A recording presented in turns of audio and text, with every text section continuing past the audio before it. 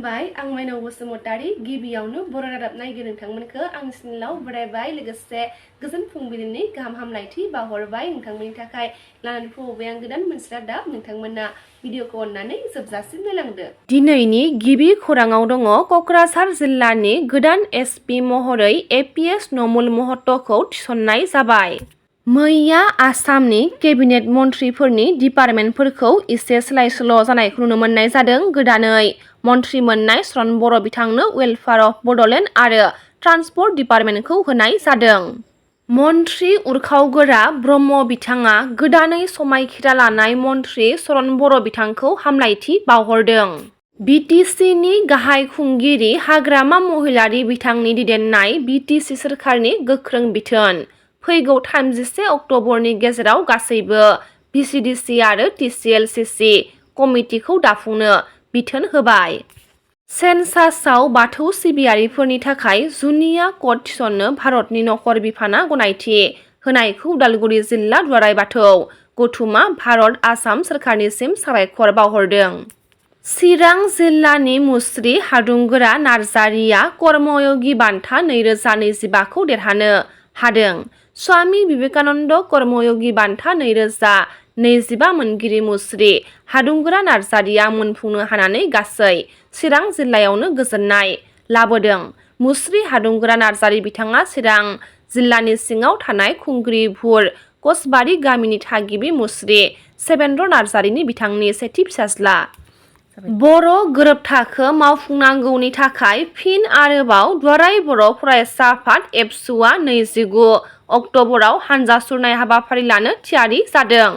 मैया एमसिएलए शरण बर' बिथांखौ मन्थ्रि बिबान होनायनि उनाव हाग्रामा महिलारि बिथाङा माखासे बाथ्राखौ फोरमायथिदों। लोगोसे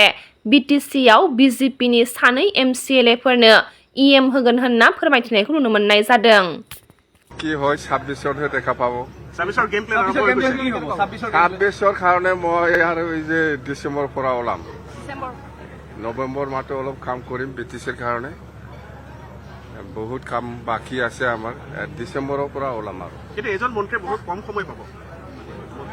মন্ত্ৰী জাস্ট এনডিএ হুমাইছে যেহেতু ইয়াতো এটা পাৰ্টনাৰ হিচাপে মন্ত্ৰী হওক কিবা এটা শেয়াৰ থাকে কিন্তু হ'ব যেনেকে আমিও এতিয়া দিম বিজেপিৰ দুজন ইএম দিম আমি আৰু ডেপুটি স্পিকাৰ দিম আমি এনেকুৱা আপোনালোকে নাজানে আমি এনেকুৱা মানুহ বিপেপ দলে আমি এনেকুৱা ল'বও জানে দিবও জানে দুজন ইএম ঠিক হৈ গৈছে বিজেপিৰ ল'বও জানিব লাগিব দিবও জানিব লাগিব কথা এইটোৱে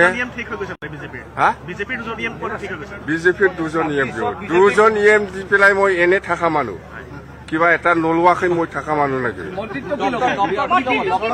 ডক্টৰ কি হয় নহয় এইটো এই 4-5 মাহ মন্ত্ৰীৰ কাৰণে আমাৰ ইমান ডাঙৰ ইছ্যু নহয় হয় পাৰ্টনাৰ হিচাপে এটা পৰ্টফলিঅ' থাকিব লাগে থাকিছে কিন্তু 26ত দেখাওক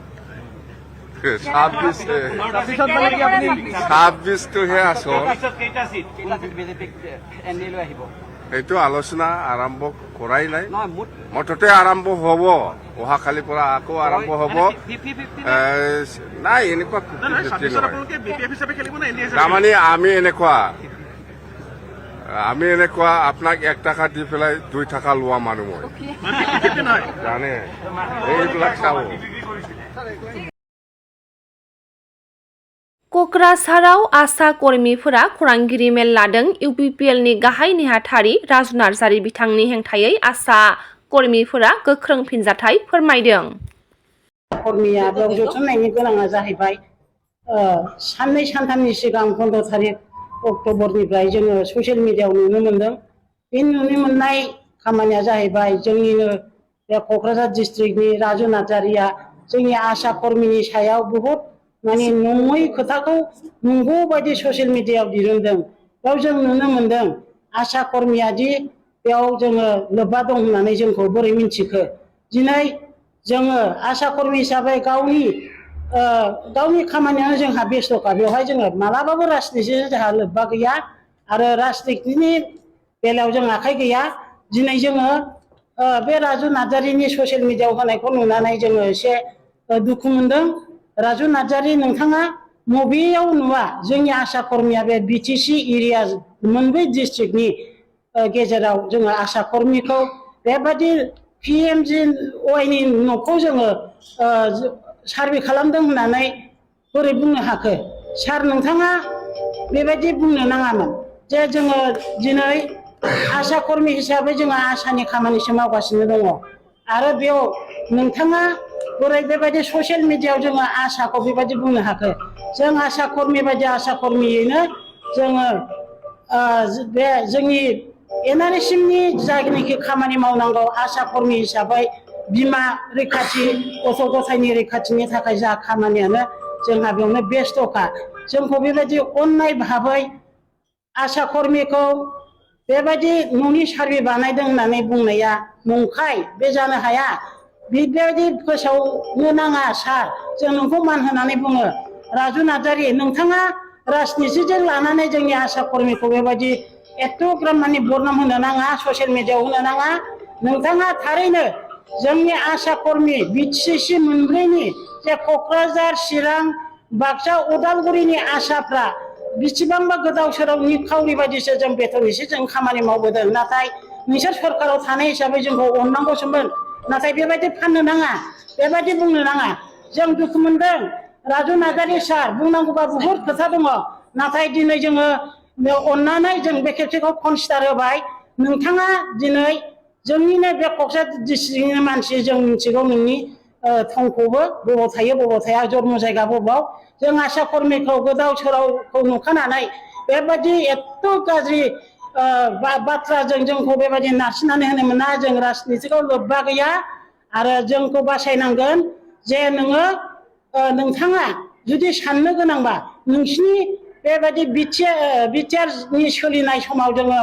बुहुद नोंसोरखौ रिक्वेस्ट खालामदोंमोन जे प्रमद बर' सारखौबो मान होनानै बुङो जोङो डिस्ट्रिक्ट लेभेलै डिस्ट्रिक्ट हिसाबै जोङो होसो होसो क'क्राझारावबो जों नोंखौ लोगो हमदोंमोन जोंनि बेथनफोरखौ बारायनायनि खोथा होननानै अननांगौसोमोन दिनै दतमा बायदियाव मडेल हस्पिटालाव थांबा जोङो नोंखौ रिक्वेस्ट खालामदोंमोन बेवबो नों मोजां बाथ्रा बुंनो हायाखै सेरफांगुरि जनता कलेजाव थांदों आं लोगो हमदोंमोन सार प्रमद बर' सारखौ नाथाय नोङो मोजां बिथोनखौ होनो हायाखै नाथाय जोंखौ मानो फानखो बे नोङो फाननो नाङा जों बुङो बे बिटिसिनि जोङो क'क्राझार चिरां बाक्सा उदालगुरिनि आसाफोरनियाव नोङो जेरैबाबो नों बे ससियेल मिडियायाव हगारनायखौ नोंनि गोरोन्थिखौ नों बुजिनानै लायोबा जोंनिसिम मान हरनानैबाबो नोङो माफ बिनांगोन आरो जों माफ बियाबा बिनि गेजेराव जोङो नोंनि थाखाय जों एक्सन लानाय जागोन